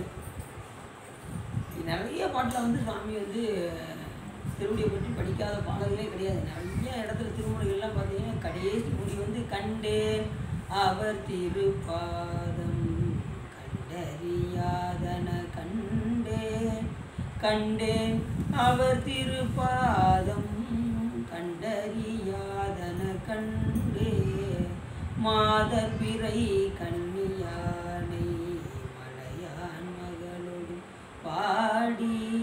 இந்த பாட்டுக்கு கேள்விப்பட்டீங்கன்னா, ஓடோடு நீ சுமந்தேத்தி புகுவார் அவர் பின் புகுவேன். யாருக்கு முன்னாடி போகணும்? அடியார் மக்களுக்கு முன்னாடி போகணும்னு சொல்லலை, அடியார் மக்களுக்கு பின்னாடி போகணும் அப்படின்னாரு. பின்னாடி போனால் தான் அவங்க எங்கே போகிறாங்களோ அந்த இடத்துக்கு போவான். நான் எனக்கு எல்லாம் தெரியும், என் பின்னாடி வாங்க அப்படின்ட்டு நம்ம முன்னாடி போகணும்னு வச்சுக்கோங்க, நீங்கள் எங்கே போகிறீங்கன்னு உங்களுக்கே தெரியாது. ஆனால் அடியார் மக்கள் எங்கே போவாங்க? சிவபெருமானுடைய திருவடிக்கு போவாங்க. அப்படிப்பட்ட அடியார் மக்களுடைய திருவடியை நம்ம கட்டணும்னா எங்கே போவோம்? போய் சேர வேண்டிய இடத்துக்கு போவோம். புகுவார் அவர் பின் புகுவேன் யாதும் சுவடு படாமல். அவங்க எங்கே போவாங்க? கடைசி திருப்பாதத்துக்கு போவாங்க. அப்படிப்பட்ட திருப்பாதத்துக்கு நாமளும் என்ன செய்யணும்? யாரை பற்றணும்? அடியாரை பற்றணும். அப்போ அதுக்கு என்ன செய்யணும்? அடிப்படை தொழுது தூய்மலை துதித்து நிற்கணும், அழுது காமுற்று அரட்டணும். அதுலேயும் சொன்னார் பாருங்க, அப்பர் சாமி என்ன சொல்கிறாரு, அழுது காமுற்று அரட்டுகின்றாரேன்னு ஒரு வார்த்தை போட்டார். அதுக்கு ஏதாவது புரியுதா உங்களுக்கு? அழுது காமுற்று அரட்டுன்னு என்ன அர்த்தம்? ஒரு பெண்கள் மேலே ஒருவர் எப்படி காமுறுகின்றானோ அதுபோல் சிவபெருமான்ட்ட காமுறணும். புரியுதா உங்களுக்கு? ஒரு ஆண்மகன் பெண்கள் மேலே எவ்வளோ விருப்பம் வச்சுருக்கானோ அவன் எப்படி என்ன சொல்லுவான்? நீ இல்லாமல் என்னால் உயிர் வாழ முடியாதுமா அப்படிப்பான்ல. சொல்லுவானா சொல்ல மாட்டானா? ஆண்மகன் சொல்லுவாங்க. அதுபோல் சாமிக்கு என்ன செய்யணும்? அனுபவிக்கணும். அப்படிதான் 60 நிமிடம் ஊட்டிலாம் அறுக்க போனாங்க, கழுத்து அறுத்துட்டு போனாங்க. உடனே சாமி போய் தடுத்தாரு. ஒருத்தர் என்ன செஞ்சாரு? திருக்குறிப்பித்தன்னு இதில் போய் முட்டை போனார்.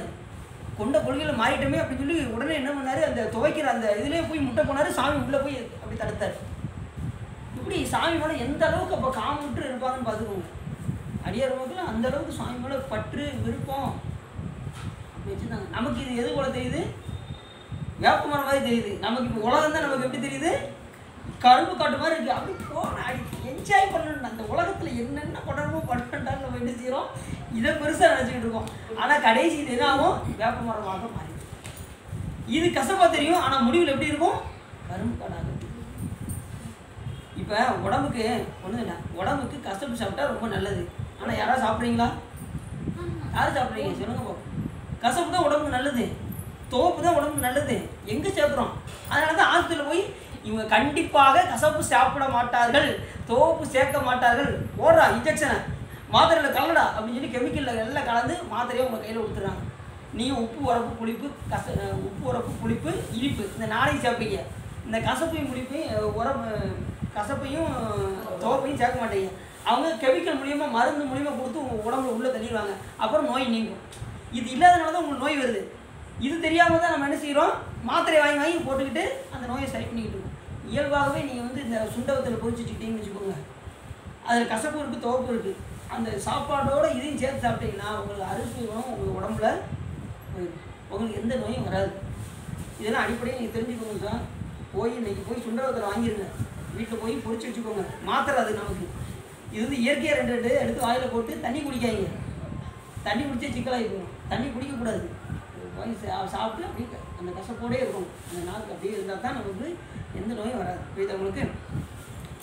அப்போ நமக்கு இது வந்து எப்படி தெரியுது? இந்த உலகம் வந்து நமக்கு எப்படி தெரியுது? கரும்பு காடு போல தெரியுது, ஆனால் முடிவில் கசப்பாக தரும். அது கசப்பாக தெரியுது, ஆனால் முடிவில் என்ன தெரியும்? நமக்கு கரும்பு காடு போல. அப்படி நம்ம ஞானிகள்லாம் அப்படிலாம் வாழ்ந்துருக்காங்க. சரி, என்ன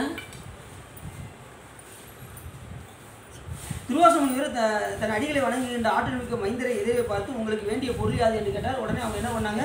உங்களுடைய தவத்தை பூரா தந்துருங்க அப்படின்னாங்க. சிறந்த தவமுனிவரான துர்வாச முனிவர் தான் செய்த தவம் எல்லாவற்றையும் தருக என்று வினவினால் அவற்றை தரமாட்டேன் என்று வேறு ஒரு பொருளை நீங்கள் விரும்பினால் தருகின்றேன் என்று சொன்னார். அதை கேட்ட மைந்தர் இவரும் சினம் கொண்டு இவனது உயிரை விரைவில் கவரும். யார? அப்பாவே. உயிரை கவர்வோம் என்று விரும்பினார்கள். துர்வாச முனிவர் தம்மை கொள்வதற்கு எண்ணி பகைமையுடன் வருகின்ற சிறுவனின் செயலை பார்த்து, நீங்கள் குற்றமில்லாத முனிவருக்கே நாள்தோறும் துன்பம் செய்வீராக. சில நாட்களுக்கு பின் அகத்திமா முனிவர் உங்கள் உயிரை கவர்வார் அப்படின்னு சாப்பிட்டார். யாரு? துர்வாச முனிவர். யாருக்கு? தன்னுடைய மைந்தராகிய வில்வலன் வாதாபி என்கின்ற இருவரையும். அப்பாவே வந்து கொல்ல வந்தா என்ன ஆகும்? அப்பா அவரை சவிக்கிறது சும்மாவே துர்வாச முனிவர் சவிப்பார். அதுவும் இவர்கிட்ட வந்து கோபத்தை காட்டலாமா? அவர் கோபப்பட்டார். அம்முனிவர் இத்தகைய சொல்லை கூறி எதிரே இருக்கும் தம்மை கொள்வர் என்று எண்ணி மனதில் எண்ணிய ஒரு மாய மந்திரத்தால் மறைந்தார். இப்போ ஏற்கனவே அவங்கள்ட்ட சொன்னேன் பார்த்தீங்களா, துர்வாச முனிவர் நினைத்த நேரத்தில் அவர் மறையக்கூடிய தன்மை அவருக்கு உண்டு அப்படின்னு சொல்லி, அதே போல் மாயமாய் மறைந்தார். ஏன்னா இவங்க மாயமாக மறைக்கிறாரு அப்படின்னா அவர் அந்தளவுக்கு தவம் செஞ்சிருக்கார். தவம் செய்தால் நம்ம என்ன செய்யலாம்? இந்த அரிமா கரிமா லகிமா மகிமா பிராத்தி பிரகாமியம் ஈசித்துவம் வசித்துவம் என்கின்ற அட்டமா சக்தியை நம்ம பெறலாம். இந்த வழிபாடு நம்ம இறைவன் நல்லா வழிபாடு செஞ்சிருந்தோம்னா அட்டமா சக்திகள் தானாகவே நமக்கு வரும். அப்படி அதை நல்ல வழியில் பயன்படுத்துபவர்கள் தான் ஞானிமார்கள். அவங்கெல்லாம் இப்போ ஞானசம்பந்த பெருமாள்லாம் அதை நல்வழியில் பயன்படுத்தினார். இறந்து போனவரை உயிர்ப்பிச்சாரா? அந்த திருமருகளில் அந்த இறந்து போன அந்த பையனை உயிர்ப்பிச்சு கல்யாணம் முடிச்சு வச்சாரா? இதெல்லாம் அந்த சித்தியை பெற்றுக்கொண்டு அவர்கள் இயல்பாகவே இறைவனை வழிபாடு செய்யும்போது அந்த சித்தியெல்லாம் அவர்களுக்கு கைமுடிந்தது. அசுரர்களுக்கு அது கை முடிச்சுன்னா அவங்க என்ன செய்றாங்க? அவங்க தவறான வழியில் பயன்படுத்துவதனால் அவர்கள் அழிக்கின்றார்கள். நேர்மையான வழியில் பயன்படுத்துகிறவங்களுக்கு அவங்க பேரை காப்பாற்றுகிறாங்க. புரியுது அவங்களுக்கு?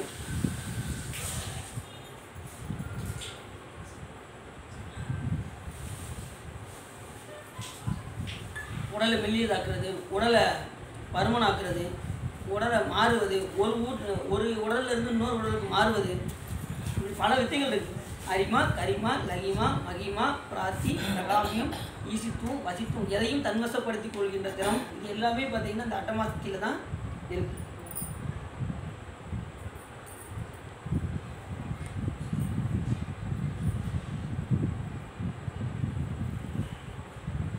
முடிச்சிடறேன். இன்னும் ஒரு 10 நிமிஷம் முடிச்சிடறேன்.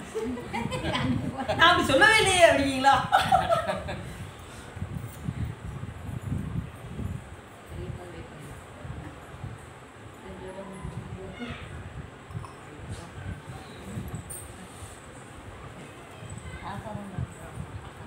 அந்த இருவரும் ஒரு வனத்தை அடைந்து மெய்யான முனிவர் கூட்டத்தை எல்லாம் கொல்ல எண்ணி உறுதியான இவங்க என்ன சொல்றாரு? முதல்ல முனிவர் நாள்தோறும் எல்லா முனிவரும் துன்பம் செய்வாங்க. கடைசி அகத்திய முனிவர்கிட்ட இவங்க அழிவாங்கன்னு சொல்லி வரம் கொடுத்தாரு. அதுபடி வர்ற முனிவர்கள் பூரா கொண்டு திங்கிறாங்க. யாரு? இந்த வில்வன் வாதாபி 2 பேரும். நான்முகனை குறித்து தீயிடையே நின்று தவத்தை செய்தனர். வனத்தை அடைந்து மெய்யான முனிவர் கூட்டத்தை எல்லாம் கொல்ல எண்ணி உறுதியான உள்ளத்துடன் நான் அப்படி முனிவர்களெல்லாம் கொள்றதுக்கு நான்முகனாகிய பிரம்மாவிட்ட என்ன செய்கிறாங்க? தவம் செய்கிறார்கள். அவரை நினைத்து இருவரும் நின்று தவம் செய்தார்கள். நான்முகன் அங்கு அவர்களுக்கு முன்னர் தோன்றவில்லை. அதை அவர்கள் எண்ணி வேறொரு செயலை செய்ய நினைத்தனர். வில்வலன் என்று சொல்லப்படுகின்ற கொடியவன் மிக்க வன்மையுடைய தன் தம்பியாகிய வாதாபியை என்ன செய்தாராம்? அழகான ஒளியுடைய வாளால் 2 துண்டாகும்படி வெட்டி எறினான் தன் தம்பியை. இதுக்கு அவரும் உடன்பட்டான். ஏன்னா இவர் சாதாரணமாக காட்சி கொடுக்க மாட்டார். இந்த ஆள் யார்? நான்முகன். இந்த மாதிரி அங்கங்களை வெட்டி கொடுத்தா தான் இவர் காட்சி கொடுப்பார் அப்படின்னு சொல்லி தன் தம்பிக்கிட்ட கேட்டுட்டு தன் தம்பி 2 துண்டாக வெட்டி என்ன செய்தார்? அந்த வேள்வியில் உள்ள போனார். போட்டது உடனே என்ன செய்தானா? வில்வன் கீழான வாதாவின் உடலை கிழித்து ரத்தம் ஊன் என்ற எல்லாவற்றையும் முறையே நெய்யும் அவியுமாக கொண்டு பெரிய தீயில் உலகங்களை பெற்ற தந்தையான பிரம்மதேவரின் மந்திரத்தை முறையுடன் ஓமம் செய்து வேள்வியில் அதை விட்டார். அவருடைய தம்பியை வாதாவியை வெட்டி அந்த தவநியமுடன் வீர வேள்வியை செய்ய நான்முகன் அதை பார்த்து பூவுலகத்தில் வந்து செயற்கரிய செயலை செய்கின்றாய், நான் தர வேண்டிய வரம் யாது என்று உடனே அவருக்கு பிரம்மா வந்து அவருக்கு காட்சி கொடுத்தார். யாருக்கு? இந்த வில்வன் வாதர். வில்வனுக்கு இப்போ காட்சி கொடுத்தார். ஏன்னா வாதர் என்ன செய்யிட்டாரு? அந்த வேள்வியில் அபிபாகம் ஆயிட்டார். வேள்வி தீயிலும் அபிஉணவாக இறந்துவிட்ட ஒப்பில்லாத என் தம்பி உடல் நிறைந்த உறுப்புகளுடன் விரைந்து உயிர் பெற வேண்டும் அப்படின்னு முதல்ல கேட்டான். எப்படி வரம் கேட்காங்க பார்த்தீங்களா? எனக்கு வெட்டியை விட்டாச்சு தம்பியா. அவரை பார்த்தது உடனே தம்பி உயிரோட வந்துடணும் அப்படின்றது உடனே அவர் உயிரோடு வந்துட்டார். அவர் வேண்ட நான்முகன் வாதாவியை எழுவாயாக என்று சொன்னார். உடனே வாதாவி எழுந்து வந்தார். அப்போது வில்வன் அதிசயம் அடைந்து கொடிய தந்திரத்தை மனதில் நினைத்து தாமரை மலரில் வீட்டிலிருக்கும் நான்முகனை குறித்து துதித்து எந்தாய் அடியனுக்கு மற்றொரு வரத்தை அளிக்க வேண்டும் என்று சொல்லி புற்களை மேய்கின்ற ஆட்டுக்கடாவை போன்ற வடிவம் கொள்கின்ற வாதாவி இனி வருங்காலத்தில் விரைவில் உடல் வெட்டுப்படுமானால் அளவில்லாத அன்புடன் நான் தம்பியே எழுக என்று சொன்னால் அவன் எழுந்து வரணும் அப்படின்னு கேட்டான். இனிமேல் யார் இவனை வெட்டினாலும் தம்பியே நீ எழு அப்படின்னா அவன் எழுந்து வந்துடணும். அந்த மாதிரி வரத்தை கேட்குறான். இப்படி பாருங்க, தம்பி மேலே பட்டு பார்த்தீங்களா சகோதர பாசம். அந்த காலத்துல சகோதர பாசத்துக்கு சொன்னது நம்ம கந்தபுராணம் தான். ஏற்கனவே நம்ம அந்த இதில் பார்த்தோம் பார்த்தீங்களா, சிங்கமாசனுக்கு சாமி இவர் உடலை அங்கங்கலாம் வெட்டி போட்டார். சிவபெருமான் அவர் காட்சி கொடுக்கல சூரபத்மனுக்கு. யார் காட்சி கொடுத்தாரு? சிங்கமாசனுக்கு காட்சி கொடுத்தாரு.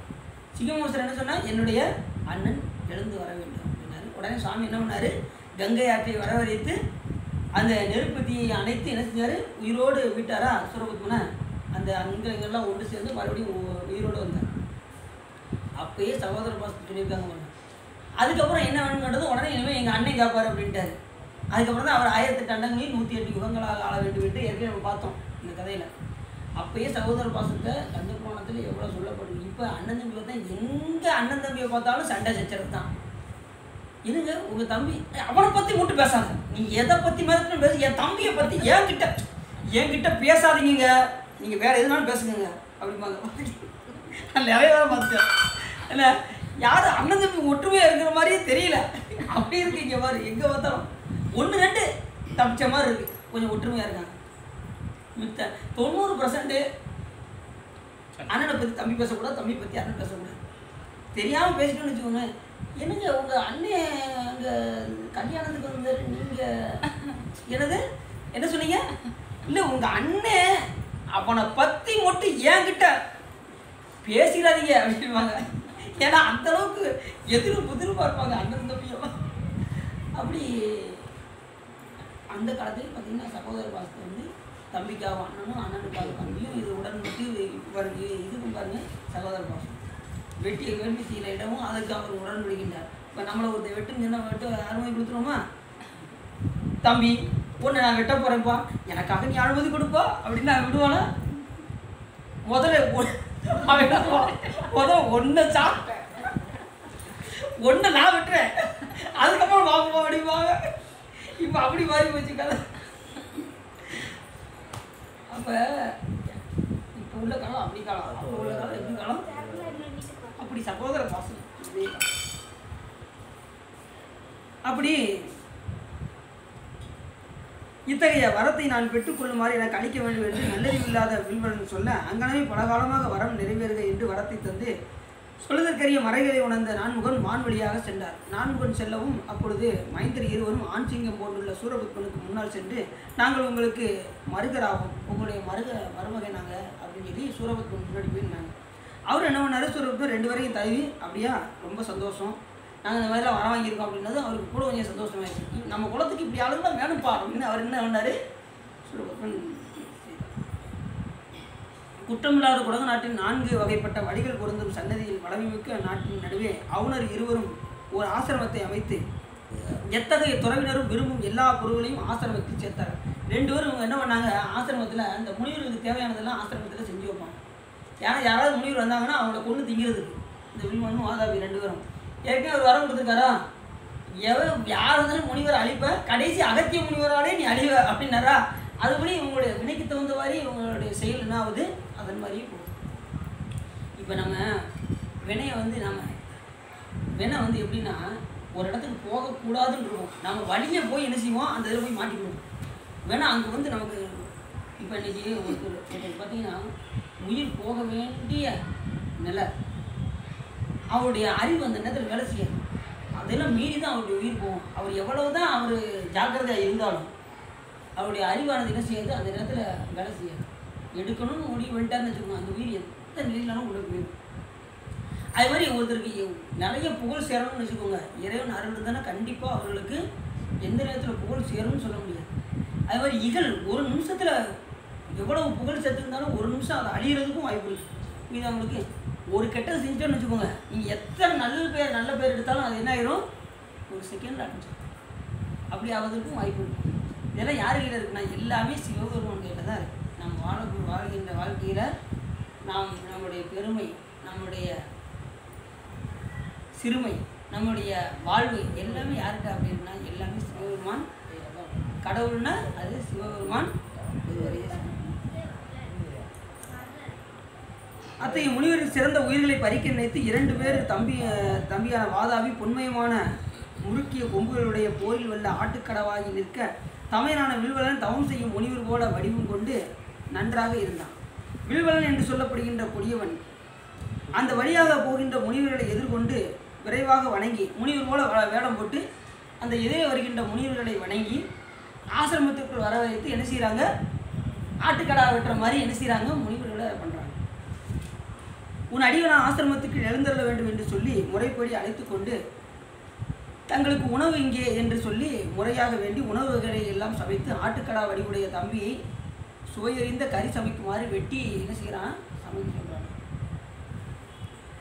தசையெல்லாம் தெரிந்து வாளால் பல வகுப்பாக அறிந்து உண்ணக்கூடிய கறியாக சமைத்து பின்பு அந்த முனிவர் அந்த உணவை உண்ணும்படி செய்து தம்பியை உயிர் பெற்று மறுபடியும் தம்பி என்ன செய்கிறாரு, அந்த அவங்களுக்கு கறி சமைச்சு கொடுக்கணும்ல, அதுக்கு தம்பியை மறுபடியும் வெட்டி செஞ்சுட்டு மறுபடியும் என்ன செய்கிறாரா, இவர் தம்பி எழுக அப்படின்னா எழுந்து வந்துடுவார்ல, அந்த முனிவருக்கு கறி சமைக்கணும்ல, அதனால் இவரை வெட்டி கறியாக சமைச்சிட்டு யாரை வாதாபியை சமைச்சிட்டு அவன் தம்பி எழுக அப்படின்னா அவர் மறுபடியும் உயிரோட வந்துடுவார்.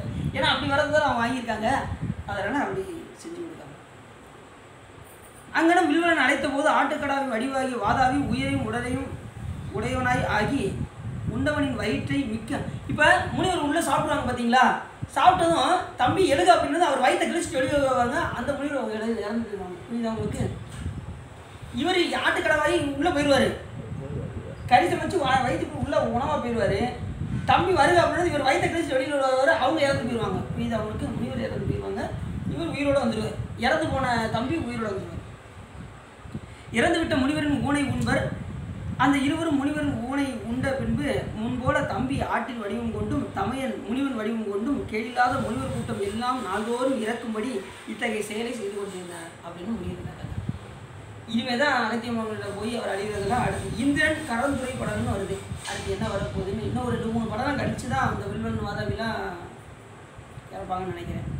ஸோ இது யாரும் உள்ளம் நிறைந்து உவகை சிறந்து இந்த கந்தபுராணத்தை நீங்கள் கேட்டதுன்னா உங்களுடைய வல்வினை கரைந்து திருவருள் உரையும் என்று சொல்லி திருப்புகழ் பாடி அடியின் உரையை நினைச்சு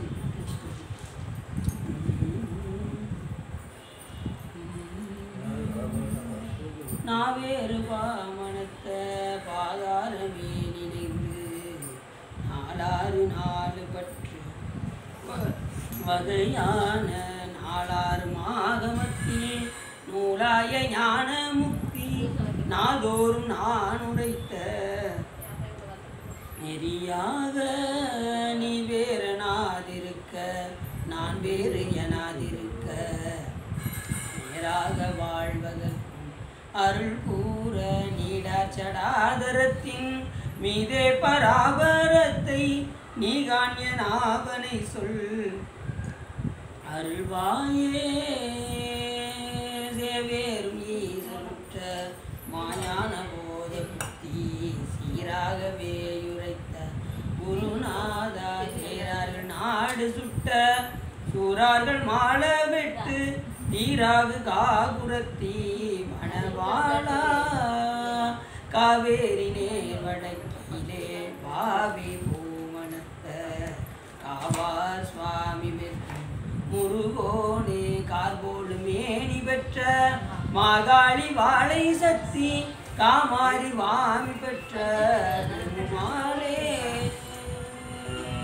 நீ வேறு நாதிருக்க நான் வேறு எனாதிருக்க நேராக வாழ்வதற்கு அருள் கூற கைலாய வரம்பரை சிவஞான போது நெறிகாட்டும் என்னை மயில்வாய்மை கண்டான் தந்ததிக்கோர் மெய்ஞான போக்குவாகி உயிராரும் திருவாடு திரைவாள் ஒரு நமச்சிவாய தேவன் சைலாதி மரபுடையவன் திருமரவன் எண்ணுமொழி திருமாதும் ஆறிரு தடந்தோல் வாழ்க அரும்புக வாழ்க வெப்பை கூறுசை தனிமையில் வாழ்க குக்குளம் வாழ்க செவ்வேல் ஏரிய மஞ்சை வாழ்க யானைதன் அணங்கும் வாழ்க மாறில்லா வள்ளி வாழ்க வாழ்க சீரடியாரெல்லாம் வாழ்க சீரடியாரெல்லாம் வாழ்க சீரடியாரெல்லாம் வான்முகில் வளாதுவீக மடிவளம் சுரக்க மன்னன் பொன்முறை அரசு செய்க குறைவில்லாத எழில் வாழ்க நான்மறை அரங்கள் ஓங்க நற்றவம் எழில் மல்க மேன்மைகள் சைவ நீதி விளங்குக உலகம் அழகம் பார்வதி பதையே போற்றி ஏழ்முகன்